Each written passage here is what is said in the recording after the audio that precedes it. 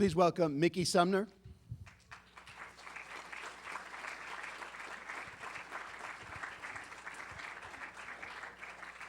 Greta Gerwig.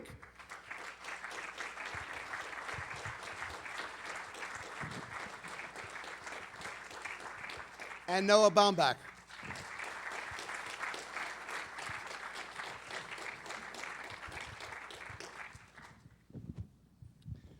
Welcome all.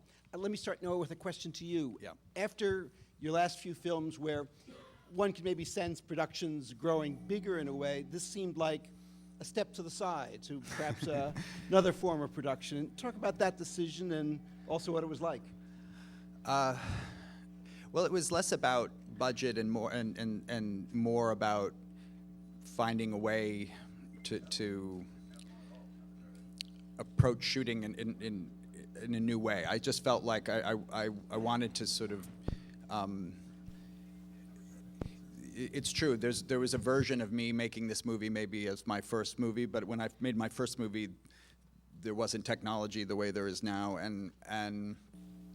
but I also felt like, you know, if I was going to do something a little bit differently and not with a studio or I wanted to kind of reinvent how I made movies a little bit, and so that's. In some ways, it was less about budget and more about a philosophy of shooting, I guess. And what would you say that was? Well, it's I was comparing it to like a record like Paul McCartney made after the Beatles. Like he made these records in his basement, and they were really big sounding, but they were very intimate. Sometimes done with his wife, and and there is a tradition of pop records that are made that way, and I felt like, what's the movie version of that? What's something where, like, with a small group of people, we could kind of make something, in some ways homemade, but in another way that was like a great pop album. Greta, can you talk a little bit about the screenplay, how it developed, and how it started, especially? What was the inspiration? Well, we started trading some ideas back and forth because I think after Greenberg, I definitely felt like I would want to work with Noah again, and he luckily felt the same way. And there was that we started trading ideas, and out of those ideas, a character kind of emerged, and it was a character of Francis. And the writing process was done sometimes together, a lot of times apart, where we'd be just sending each other scenes back and forth, and then Noah would edit what I wrote, or vice versa. And but like all things, it's hard to know where they really began, and also when exactly they coalesced into something that felt like it was worth making. But then once it had, these people just seemed so real and formed, and then we had such great actors like Mickey and Mike Zegan and Grace Gummer and Adam Driver, and it's a real snapshot of great actors in New York right now, which is really fun, and it was a joy to have them read the things that we'd written. And Mickey, could you talk about your work in it? The film is, in a way, episodic with many different things and different stories going on.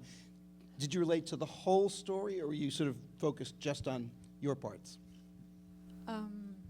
Well, I didn't read a script, so I was really just focused on my part. She had no choice. I didn't know what was going on until really I saw the whole thing in Telluride.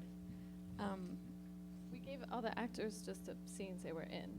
We didn't, there was a whole script the whole time, but so. And that was a deliberate strategy for? It became deliberate. I think there was something interesting and maybe Mickey can speak to this from her actual experience of it, but at least I felt there might be something interesting to having actors only play what was in front of them and only play the moment that they were in, and not in some ways think they needed to tell the overall story. And so that was the experiment in that way. But Mickey could speak more to how it felt for her. Yeah, we shot chronologically pretty much, so I didn't need to know what was going to happen. I think it was really... Had you worked like that before? No.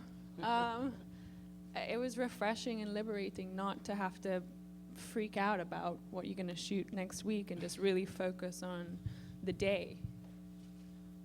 Yeah, I mean, in my experience is good. I mean, as good as an actor is, I think how can they not think where this scene falls in a movie, you know, particularly if it's toward the end or if it's a turning point, and sometimes I think it's hard over a course of a long shoot for an actor and for me to you forget where this really falls in the narrative of the movie, or you know too well where it falls, I should say, in terms of the narrative. So everyone starts swinging for the fences suddenly, and it's not really, maybe that's what you want the audience to feel, but you don't want the characters to feel that. So with this, also because we did shoot chronologically, it was a kind of new way to try to do it. And one last from me, could you talk a little bit about the editing? I really admired the editing in the film and felt it had a wonderful quality of always putting me a little off balance, never knowing exactly where I was and reorienting myself. And just talk about that if you would. Yeah, well, it has, the structure of the script, which was something I think I realized more consciously once I started directing it, and less so while we were writing it, is that it has a lot of little scenes in a row. They'll often have like Frances buying, supermarket, waiting for Sophie outside her work. They eat lunch in the park. It's almost this sort of, each moment is kind of a punch. It sort of hits, comes, and then suddenly you hit a scene, like then they're on the subway, and it's a long scene, and it plays out in real time, or seemingly real time, and that goes throughout the whole movie. And I think it also, sort of the way the movie is structured by her locations, and that she keeps going to different places. So I think I came at it with that in mind, and I think I approached, in some cases, specific shots or scenes that way too. I mean, I think it's a continuation of things that I started doing on Squid and the Whale and Margot and Greenberg, where to different degrees, and it's different in every movie, but a notion of coming in the middle of a scene, or when you do that, and when a scene needs to start, say 20 seconds into it or something. Why you arrive in a scene when you do, I think it's something, it's interesting. It's what editing, a big part of editing, but I think the rhythms are kind of just inside me, and it's kind of how I feel. Generally, when you're cutting, and Jen Lame, who cut the movie with me, I think we both had the same kind of experience of it, is that you just kind of feel like when you want to be in something and when you want to be out of something, and sometimes it means cutting someone off in the middle of the sentence, or letting the sentence go into the next shot or something like that. But it is, I guess, more of a kind of feeling than anything else. Okay, let's get some questions from all of you. Yes, that ma'am there. Wait for the microphone. It's going to be coming to you right there.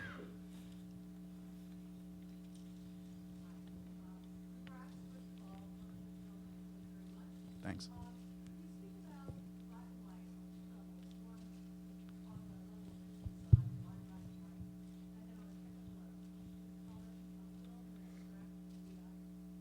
Okay. Question about black and white, and also I'm not sure the mic was working. It seemed a little bit low. Again, the black and white was kind of a feeling. It just felt like it should be. I mean, I've then you start intellectualizing things, and then you have reasons for everything. But it was also just something I wanted to do, which was shoot in black and white and shoot New York in black and white. And I also like the music goes with the same feeling of that there's something so clearly cinematic about black and white, and I wanted to shoot very formally in a lot of cases, and there's no handheld camera or anything, to really give Frances her movie, and that the movie that Francis was in was very much a movie, and the music was grand and romantic, and the look was beautiful and black and white and cinematic. So I think that's all true. But it was a kind of just an inclination, I guess, in the beginning. And it's very difficult to shoot anything commercially on black and white film anymore because the labs don't do it. It's probably almost anything. I think maybe the Taviani Brothers movie maybe was shot on black and white film. Someone told me that. I don't know. That's in the festival, but I'd be curious how they did it. But we shot digitally, but I never saw the color. I always had a black and white monitor, and I edited it in black and white. If we could hold off on flashes, maybe at the end you can take some more pictures, but it's a little bit annoying to sit up here and get all those. Can we get a mic over here, please? Yeah, here she comes with the mic, so if you'd hold on. For Greta, your acting is quite unique and always has been. Can you say something about how you came to your way of acting, and particularly in this picture, everybody else didn't know anything about the other scenes. You knew more than everything about all the scenes. So can you talk about the acting generally and in this picture? Well, I've never particularly meant to have a different way of acting from anybody else. I guess in some ways I don't mean to sound like Johnny Cash, but that line, like, I play guitar like this because I don't know any other way. And I think a little bit, I don't know other ways to act except for, you always sound silly when you talk about acting because you kind of descend into things that sound mystical, but it's always from the inside and coupled with, I always have to know why I'm saying things. The words mean a lot to me, and I think for this project, because I worked on the script, it's funny that working on a script doesn't make acting in anything easier.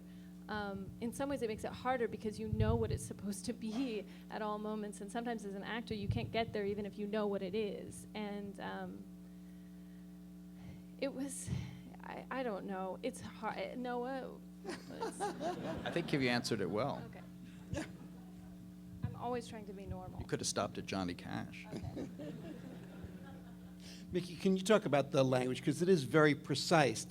Was it a challenge for you to sort of take it in and make it your own? No. Yeah. It's so well written. Everything, I think it's the first thing I've ever been in that I didn't think about how to say anything or how to make it work, because it just is there. It works, and you just have to say it, and you just have to connect, and that's really it. It was such a pleasure to say the words. Great. Okay, let's see, back there. Yes, we have someone right there in the middle, if we could get to that person. Wait for the mic.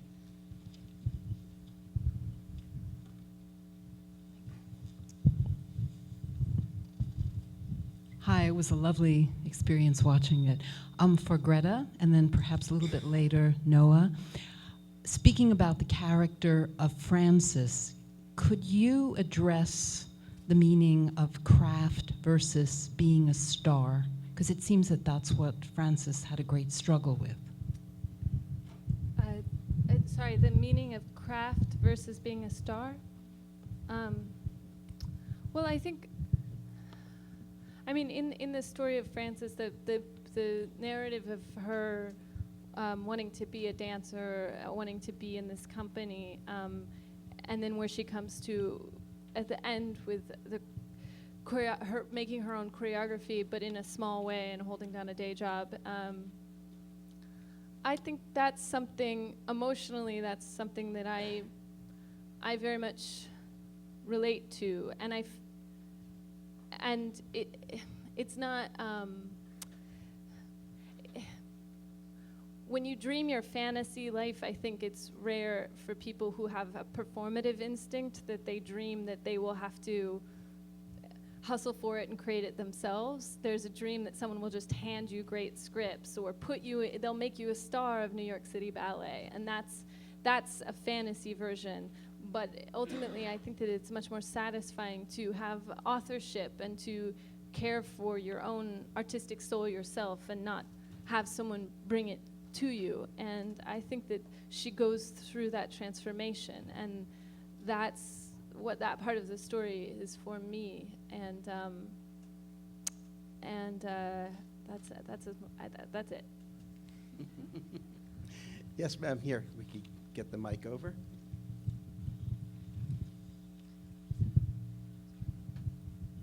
The physicality of Frances is very much determined by her shoes throughout a large part of the movie. Can you talk about the clogs, please? The clogs and the bomber jacket were both things that were written in the script, and that I felt really early on that they were masculine in a way and funny, and the way Noah shot the movie formally and a lot of the time far away allowed those to be maximized as physical limitations in some ways. But I mean, part of it was just the clogs. I know clogs are great shoes for waitresses and nurses and dancers and people who are on the go and walking all the time. And my mom always hated them, so that was part of it. My mom hates backpacks, clogs, and leather jackets. So I made a character just for her. Yes, here in the front. Let's get the mic again.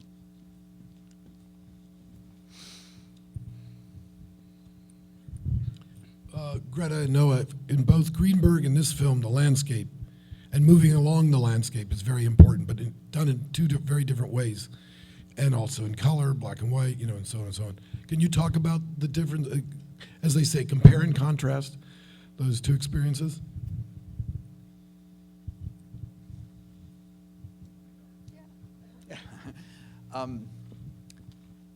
Well, Greenberg was very much about, I wanted to make an LA movie, and to,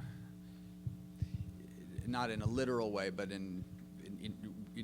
embedded in that story, and the story of Ben's character and Greta's character was some inarticulated, some partially inarticulated and some articulated feelings I had about Los Angeles, and both great love for it and also a kind of a way that I felt not at home and alienated. And I, with Frances, I hadn't shot in New York in a little while, and I grew up here and I live here, and I wanted it to feel, again, in this story, to sort of bring how I feel about New York and into it. And I think a lot of the spirit of the movie in ways that have maybe don't even literally have anything to do with location is how I feel about the city. And I haven't run through Chinatown holding my friend's hand, laughing, or peed in a subway tracks, but maybe on some level I know that feeling, and I feel that way sometimes in the city and in other ways. It's just, maybe it's more just me sitting in a chair. But so I wanted to kind of come back to New York and shoot New York in a way that I connected with, and the story just allowed for that, and also the fact that it's about location too, and about location and dislocation, and about moving places and how it's moving forward but also moving in place, and I think all that is true about my experiences in New York City. Okay, it's right here. Microphone. Sorry. Hang on just for a sec. Just wait for the mic. Hi, I love the movie, and I wanted to ask you about the influence of Truffaut, Francois Truffaut, on your filmmaking and your references to him specifically in this film. We have the the Small Change poster and the reference to Jean-Pierre Léaud, and then of course the quotations of music by Delarue and Duhamel, and I also wanted to say that I love your last three films, but it was nice to see like a return to a kind of lightness. I remember you quoting Truffaut in Mr. Jealousy as well, and it was nice. Sorry, I should let you answer. No, I'm happy to hear you talk about it. Well, you got all the references, so I don't. Yeah, and I didn't. In some way, like even like the Small Change poster was not even by choice. It was. I mean, it was ultimately, but clearing posters can be a real drag, and I believe it's Film Desk, Jake Perlin's company, and he just let us use his posters. New Yorker Films has always been really, when they would always let us use their posters, and I remember when I saw actually Damsels in Distress, there were all these like Criterion posters. I was like, you know, because those are the cool people that use their posters, and you know, and then you try to get like, you know, Baby's Day Out from a studio, and they won't let you use it. Is that a movie even? I don't know. But it's the title of your next yeah, film. exactly. Spoiler. But the Truffaut stuff is, I love those movies, and I love the energy of those movies, and they're really kind of my favorite kind of movies, and I you know, flattered you say that, and you know, I in terms of like the actual approach to this script and the filmmaking, I wasn't thinking Truffaut specifically, but I feel like I'm always thinking about Truffaut in some way, and I think maybe in this one that spirit is kind of a clearer shot. I do feel about this movie that it's, of all my movies, and this is this isn't necessarily even better, but I do feel in this movie that whatever kind of abstraction I had in my head, that the movie is the closest to getting that out of here and onto there, that there's always something totally different and things that change, and you look at the movie and you're like, well, I guess that's what I made. And with this one, I really feel like that I kind of set out to make that movie. See in the back there. Yes, gentleman here in the middle. As I have two grown daughters, one of whom lives in Brooklyn, this film resonates strongly as a kind of a real-life portrait of what Brooklyn life is like today for 20-somethings.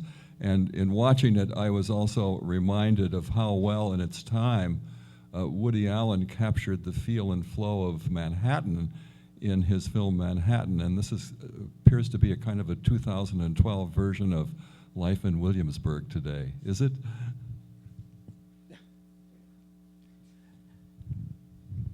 If you felt so, then I think it is. But thank you. I mean, it's also a reference that you know, I accept gladly. I mean, you know, we did. I couldn't shoot a movie in black and white in New York and not think about Manhattan and Broadway Danny Rose and the movies that Woody Allen made with Gordon Willis, and like those Truffaut movies, I feel like those are just inside me. I don't even look at them anymore to think about. The influence is so just part of, like, as it is for a lot of people, but it's just part of my insides at this point. So, but I think we wanted to be kind of true to Francis's experience and you know, and in these locations, and so I think the fact that it, you know, resonates beyond that is obviously what the ideal. I want to ask you that too, Noah. I mean, when you made Kicking and Screaming, among the things that for me were so wonderful about it was it felt so much a report about a generation from the generation. But a couple of years separate you from these people who are in the film, and now you're sort of looking back or over to people who are considerably younger than you in many ways. What was that like? And was there an experience where you were grappling to figure out their feelings? Yeah, and I'd also like to say, while we're on stage, that I thank you for saving Kicking and Screaming, I think, from straight to the USA Network at the time or something, because when it was accepted in the New York Film Festival, it really changed the distributors' feelings about it, and it was a huge thing for me in my career. I mean, it started everything for me, and but yeah, I think that speaks a lot to the collaboration with Greta and me. I think that it had what, in Greta, it had what I brought to Kicking and Screaming. When I had to watch Kicking and Screaming again for the Criterion DVD, it was difficult to look at it in some ways because I felt I couldn't help but think of all the things I would do differently, but I felt really great about the fact that I couldn't do now what the things that really I think are the best things about that movie. There's a spirit and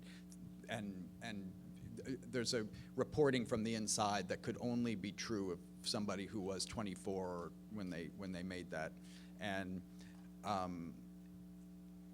so in a way with this one, I think I could kind of come at it both from the inside and the outside, and Greta is able to do that too. I think it would be reductive to say, oh, Greta is just the person who's going through it and I was removed. I think we both could do both at all times. But I do think it speaks to our collaboration that it's both very present. I think there's the movie feels very of right now and of that time, and very true to that time in these characters' lives. But I think it's also very directed, and so I really do like that about what we did. Okay, we have time for a couple more right here. This gentleman is sitting here.